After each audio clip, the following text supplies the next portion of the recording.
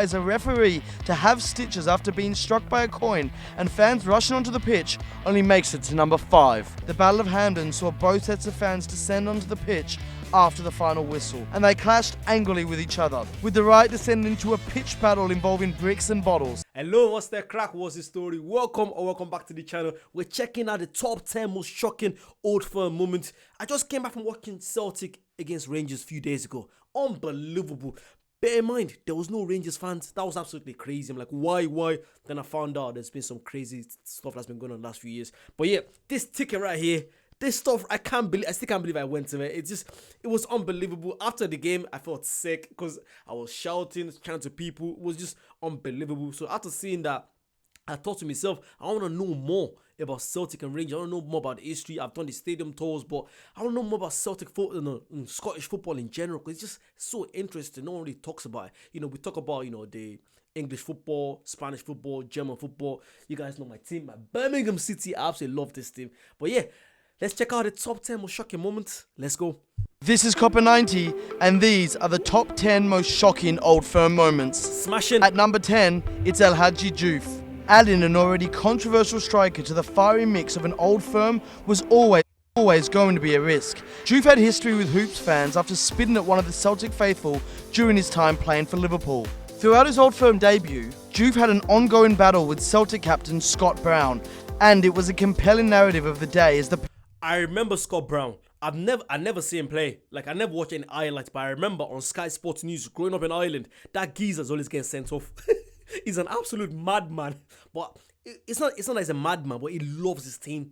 I remember him, and then for Rangers, there's a guy, I remember Chris Boyd, because Chris Boyd scored about, 40 goals in one season? It was like ridiculous, something like that. Chris Boyd, Kenny Miller, and then for Celtic, what's this guy? There's a guy that was just unbelievable. Larson? I think it was Larson. Was it Larson? Eric? Is it Eric or Enric? Eric Larson? I think so. But I remember growing up, I'm like, this guy is so good. What's he doing at Celtic? Bear in mind, because I didn't know about, because no one really talks about Scottish football. No one does. It's only now that I do a lot of, football vlogs. I go to all these places. I've been to Dundee. Dundee. Anyone watching from Dundee, please comment down below. I love you guys. The love you guys show me is unbelievable. I can't wait to be back. But yeah, now that I'm doing this, I'm noticing how big Scottish football is. But yeah, let's continue. El Hadji Diouf, what a guy. Air traded insults as well as tackles. However, Brown won the battle that day after he scored a spectacular equaliser and then famously celebrated arms aloft inches from Diouf's face. Not known for his calm demeanour, many were shocked Diouf didn't react. However, the striker would have the last laugh. When Rangers won the League Cup against Celtic, he grabbed the trophy and mimicked Brown's celebration, which is now known as the Dioufy. At 9, it's the 1957 Scottish League Cup final. It may have happened in 1957, but the Scottish League Cup final still holds painful memories for Rangers fans. Their team were humiliated 7-1 by Celtic, and it's still their heaviest defeat by their bitter rivals. However, they should count themselves lucky. The score could have looked far worse. Completely outplayed on the day, red-faced Rangers were just glad it didn't go into double figures as Celtic hit the woodwork 4 times. Unsurprisingly, Celtic fans remember this date well and continue to sing their song about their day at Hampden in the sun. At 8, it's Hanging Effigies. Do you know what? Hanging Effigies. Okay, I didn't see that coming. One thing I absolutely love about Celtic is the fact that the way they care about the guys from 1960 that won the Champions League, that to today, is it the Lisbon Lions? Like everywhere I went to when I was Celtic, there was something relating that brought me back, and also learning that the players from that squad lived about 30 mile radius from the stadium, and they won the Champions League. That's ridiculous. That's absolute. Wow. With Rangers finally returning back to the top league in 2016, it was always going to be interesting to see the first Old Firm League game in over 4 years. And if you thought that their absence would have calmed down the fixture, you would be very wrong. On the pitch, it was less feisty than usual, with Celtic running away with the game as 5-1 victors. But in the stands, the hatred was there for all to see. Both sets of fans were heard singing offensive and sectarian chants. Meanwhile, Celtic were seen unveiling offensive banners and hanging effigies in Rangers scarves from the stands, whilst Rangers fans set about smashing up Celtic Park, causing thousands of pounds of damage. At 7, it's Helicopter Sunday. Whilst not technically an old firm game, Helicopter Sunday's impact on Rangers and Celtic supporters cannot be underestimated. In 2005, the league title had gone down to the wire, with Celtic going into the final game of the season 2 points ahead and leading Motherwell 1-0 with only minutes to spare. It finally looked like the league had been decided. The league trophy was whisked away by helicopter to Fir Park to be presented to the Celtic team. And then this happened. In the 88th minute, Scott McDonald scored an equaliser, giving Rangers the advantage. McDonald then added another to make it 2-1. The day was best remembered by a Scottish commentator screaming, "The helicopter is changing direction," as the chopper turned around and headed towards the Rangers team. What the? See, stories like that. I'm sorry, but I swear to you right now, I'm getting chills at the back of on my back. I have chills going through my spine right now. What the? Because when, like that scenario, the only thing I can think of that I can relate to is that match between Man City and QPR and Man United. Who was Man United playing? Can't remember now. But yeah, it was a match that Man United thought they were the one, and then Aguero scored last minute goal. Things like, I think in the Scottish League, the fact that there's an helicopter carrying the cup back and no one talks about that. Again, I keep saying I just can't wait to get more into Scottish football. Obviously, my number one thing, I absolutely love Birmingham City. I'm gonna try and go to literally almost every Birmingham City game. We got relegated, but we're gonna be back. But yeah, it's good to actually get the fans, because like I feel like I've told a lot of people, literally every time I'm in Glasgow, every time I'm in Scotland, I just tell everyone Birmingham, and I've realized there's a lot of people that actually have families down here. I still don't know how that correlates. There's a lot of people, and I think most Birmingham City fans prefer Rangers than Celtic because it's blue. Yeah, and again, I remember there was a time I posted on Twitter about me going to watch the game, because I literally, again, even watching Atom, thank you so much. Atom was the guy that sold me a ticket, literally last minute, to go watch Celtic Rangers. Literally, what you did to me, what you did for me, it's something I'm going to tell my kids, my grandkids, my great-grandkids. This ticket right here, I'm going to frame, literally, I can't wait to get this place set up. I have so much memorabilia from going to so many stadiums, but this one right here is up there, literally top. That's been the top 3 of stadiums I've been to and matches I've been to. Absolutely love it. So yeah, thank you so much for that. Let's continue.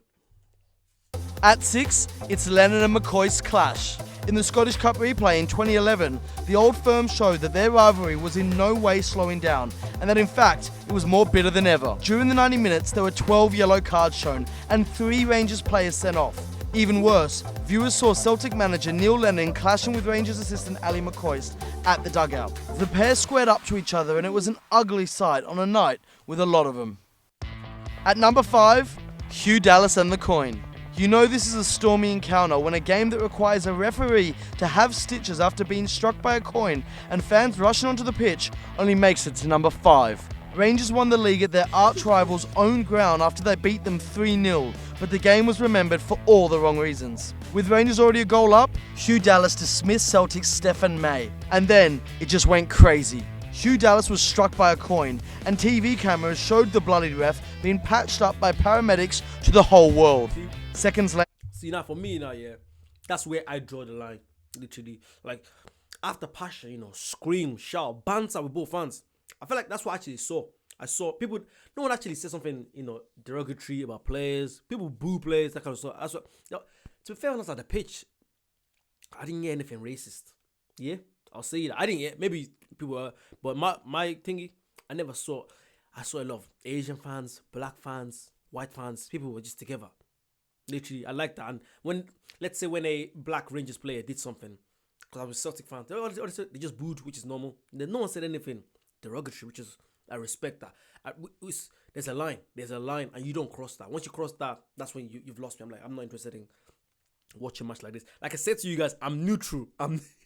Some people don't believe I'm neutral. It takes me a while to actually, start supporting, start liking a team in a country, wherever. Like my number one team in Scotland right now that I actually like so much is still Dundee, because that's the first team I went to go watching in Scotland. I absolutely like Dundee. Just because of the city as well, people were so nice to me. It's just so, that Dundee has a place in my heart, literally. No, Dundee might not be massive like Celtic and Rangers, but it's a nice, lovely place. Nice, lovely people. It's my wee little town, my wee little stadium. It's not that wee, so Yeah. Also, I can't stop eating Scottish snacks. I've just finished my tea cakes again. I'm addicted. I'm absolutely pumped. Let's continue. He awarded a penalty against Celtic, resulting on fans getting onto the pitch. After the final whistle, Rangers performed an ill-advised huddle near their fans, a gesture that is usually performed by Celtic players. It was a move that prompted more missiles raining down on the players. At number 4, it's the Old Firm Shame Game. It won't be the first or indeed the last Old Firm fixture to be dubbed the Shame Game. Over 60 supporters were arrested after the game, but the biggest talking point were the unruly antics of some of the players. By the end of the 2-2 draw, Celtic had 10 players, Rangers 9. In the 17th minute, a scuffle broke out which saw fists flying and players held by their throat. Rangers goalie Chris Wood was sent off alongside Celtic's Frank McAvenny. Then Terry Butcher joined his Rangers teammate for an early bath. Terry Butcher is playing for Rangers. God, look how young Terry Butcher is. Oh God, I never knew that. Later on in the game. At number 3, it's Gazza's gesture. The brilliant midfielder lit up Scottish football with his dazzling football skills. But as always, there was another side to Gazza. After he signed in 1995, he scored in a friendly game and performed a flute playing gesture, a reference to a song played by the Orange Order and one that is a loyalist symbol. Unsurprisingly, uproar ensued and Gazza apologised for the incident. However, he didn't learn his lesson and he was seen performing the gesture again, this time during a Rangers-Celtic match. He later claimed that he received death threats from the IRA after he made the gesture. At number 2, it's the Scottish Cup final of 1980. Celtic may have won the 1980 Cup final See, there's another cup final. Oh, it's in Hampden, isn't it? It's the end of the month. Again, that's another trip. Like, there's no. I've tried looking for tickets. There's no chance. No chance of getting a ticket. Look, the fact I got a ticket to go watch Celtic v Rangers alone, it was a deciding game where I think if Rangers had won, it'd be tough for Celtic to win the league. So I know me getting a ticket to go watch Celtic v Rangers, it's gonna be tough. But if I did get, it means the world to me. Because yeah, if you know anyone that's selling it, again, reasonable price, absolutely reasonable price.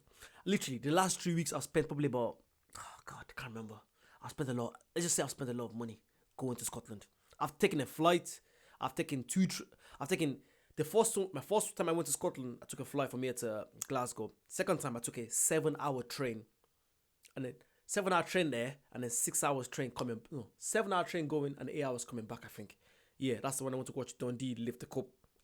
Don't get me wrong, I wouldn't change it. I absolutely loved it. And then the last one I did, it was a 4-hour train down, 4-hour train back to Glasgow to watch Celtic Rangers. So all them time, I just, again, it's just, for me, it's memories. I don't care if I'm spending all this money. It's just, I'm not rich. I'm not rich. I'm far from rich. But again, I live with memories. It's about what stuff that I'll be able to tell my kids, my grandkids. I love it. I love football. Again, growing up in Ireland where you don't get to see all these big games, The first time I went to go watch a proper match was probably when I was about 17, 18. And that was I think I went to go watch Chelsea ladies against Arsenal ladies. And Chelsea against Arsenal was like a FA Cup final. And I only got a ticket because no one's buying the ticket back then for women's football, which you should support the women as well. But I absolutely loved it. Now, I can't stop watching my beloved, my beloved Birmingham, because I'm reacting to I'm not going to cut that. I just came out sleep. I just slipped up. I absolutely love Birmingham. Because I live here and I've been welcomed, just the love I get from the fans every time. Now that we're relegated, I never thought I'd actually feel bad, or experience relegation. It's like, wow. Because it is my team. It absolutely is my team. I'm going to do a video for Villa and Birmingham as well. Something similar and see what the story is. But yeah, it's in the top 2. I'm trying to show it. Let's continue. But the result was of little importance as the game is remembered for all the wrong reasons. The Battle of Hampden saw both sets of fans descend onto the pitch after the final whistle, and they clashed angrily with each other, with the riot descending into a pitched battle involving bricks and bottles. Mounted police attempted to stop the riot, but the vast majority of police were outside the stadium in an attempt to defuse any trouble going on in the surrounding streets. The riot was described by one Scottish commentator as like a scene out of Apocalypse Now, and it resulted in the ban of alcohol at all football events in Scotland. At number 1, it could only be the signing of Mo Johnston for Rangers. No signing in Scottish history has had an impact quite like the day Johnston was paraded at Ibrox to a room full of shocked journalists. First off, Johnston was a former Celtic player, so it was assumed he was going to go back to his former club, especially after he was pictured with a Celtic jersey. Furthermore, Johnston was also a Catholic football player. Rangers was said to have an unwritten rule about not signing Catholic players, but that all changed the day Souness signed Johnston. It caused uproar from both sides, with even some Rangers fans not happy with the signing. However, he managed to get the Ibrox faithful on his side after scoring an injury time winner against Celtic in November 1989. That was Copper90's top 10 most shocking moments in the old firm. Imagine. Again, it's just because I love football so much, so nothing makes me more happy than discovering history of football. Again, one of the best stuff I seen when I went to Celtic Stadium and Rangers Stadium was when the geezers talked about our brother Wilfred. His statue's outside, lovely statue. Well, obviously he moved down because of the famine in Ireland back then. He moved down to Scotland and then he started this beautiful team. And then Rangers, the craziest story about the Rangers thing was when Rangers won the league and then a bad thing happened. Their coach died because they were celebrating. I think they took a boat out into the ocean and I think their boat it drowned. And then their assistant, was their fitness trainer. The fitness trainer back then, this was like 1920, he took over and he went on to be the next man. He went on to be the manager for the next 30 years. You don't hear stuff like that, but that just stays in me. This guy that knows nothing about football was a fitness. It was brought into Rangers because it was very, very fit. I think it was Rangers, not Celtic, was it? I think it was the best runner in England back then. So they brought him in and he went on to be the manager for the next 30 years. Stuff like that you don't hear about it. Which is just, and then obviously Celtic winning the first European Cup. Also, I found out, was it Aberdeen or Hibernian? One of them was the first club to play in the European Cup. Like this was like 1950 something. Was it Aberdeen or Hibernian? Can't remember now. Again, sorry, I've just sank my. Once I like something, once you show me love, I show you love back. Literally. Once I like something, I just literally start researching and that, and I can't wait. I plan to come to Scotland again. Literally, I'm gonna go to a lot of lower league clubs, just check them out. Check out so many cool stuff. I can't wait. If you want me to come to your club in Scotland, please comment down below. If you're a club, you send me an email. Anything regarding, I'm gonna be coming to Scotland. So if you're a business, you want me to come to your business. You want to. I like trying the local places, so local restaurants, anything local. I absolutely love it. I like supporting it. Send me an email, eddiechi@gmail.com. It should be in my description on YouTube. Again, if you want to see more cool videos like this, when I'm not doing my vlogs, I like, reacting stuff like this. Check out my main channel, which is where most people know me for my main channel. It's just called Eddie Chi. EDDYCHEEEE. 4 E's. That's when I do my vlogs. You want to see my longer vlogs and also my still game reactions, Kevin Bridges, I love reactions. You guys want to see that kind of stuff. Also, I found out Kevin Bridges and is it something M3? What's his name? From Still Game. Victor from Still Game. They were at the game. Oh, I wish I met them. Especially Victor from Still Game. I absolutely love him. I'm trying to show it. Like, comment, subscribe, and I'll see you very soon. Bye bye.